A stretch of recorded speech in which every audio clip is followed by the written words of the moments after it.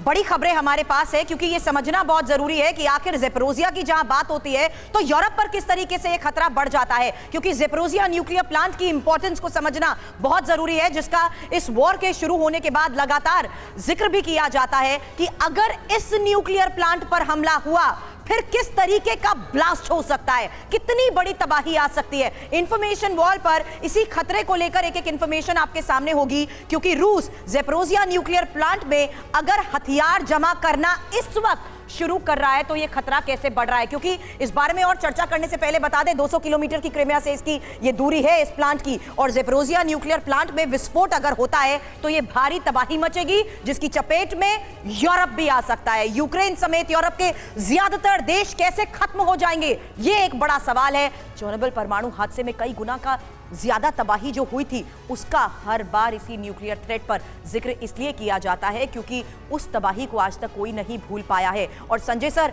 Correct me if I am wrong, जाहिर सी बात है भले ही यहां पर इसे प्लांट को अगर बंद भी कर देते हैं, क्योंकि चाबी रूस के हाथ में है, रूस के कब्जे में है, ये किस तरीके से वो अब यूरोप तक ये खतरा बढ़ा सकते हैं रेडिएशन के लिहाज से बात करें, और अगर इसको बंद भी कर दिया जाता है तो भी यूरोप को बड़ा नुकसान झेलना पड़ेगा। संजय जी।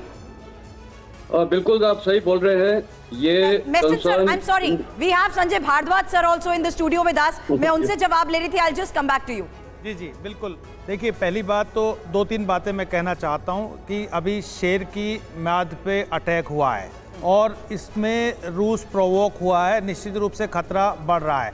लेकिन जहां पे अटैक की बात है, मुझे लगता है रशिया भी सेलेक्टिव अटैक करेगा, कीव पे करेगा, जेलेंस्की पे करेगा, क्योंकि वो पूरा जो स्लोविक रीजन है उसमें रशियन लोग भी हैं, वहाँ पे कोई किसी तरीके का न्यूक्लियर अटैक करने की संभावनाएं कम है।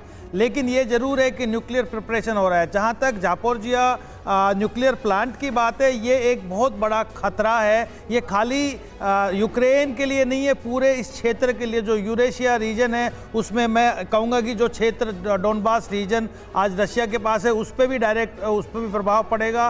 और ये इसकी आँच जो है, जो इसकी जो चिंगारी है वो पूरे यूरोप तक जाएगी और ये एक तरीके से वर्ल्ड वॉर की तरफ ले जाएगा या न्यूक्लियर वॉर की तरफ। यही तो बात है, यही वो सबसे बड़ी बात है जो दुनिया को चिंता से भर देती है। क्योंकि क्या हो सकता है जब हम इसकी बात करते हैं तो तृतीय विश्व युद्ध जहन में आता है। क्या ये मुमकिन है?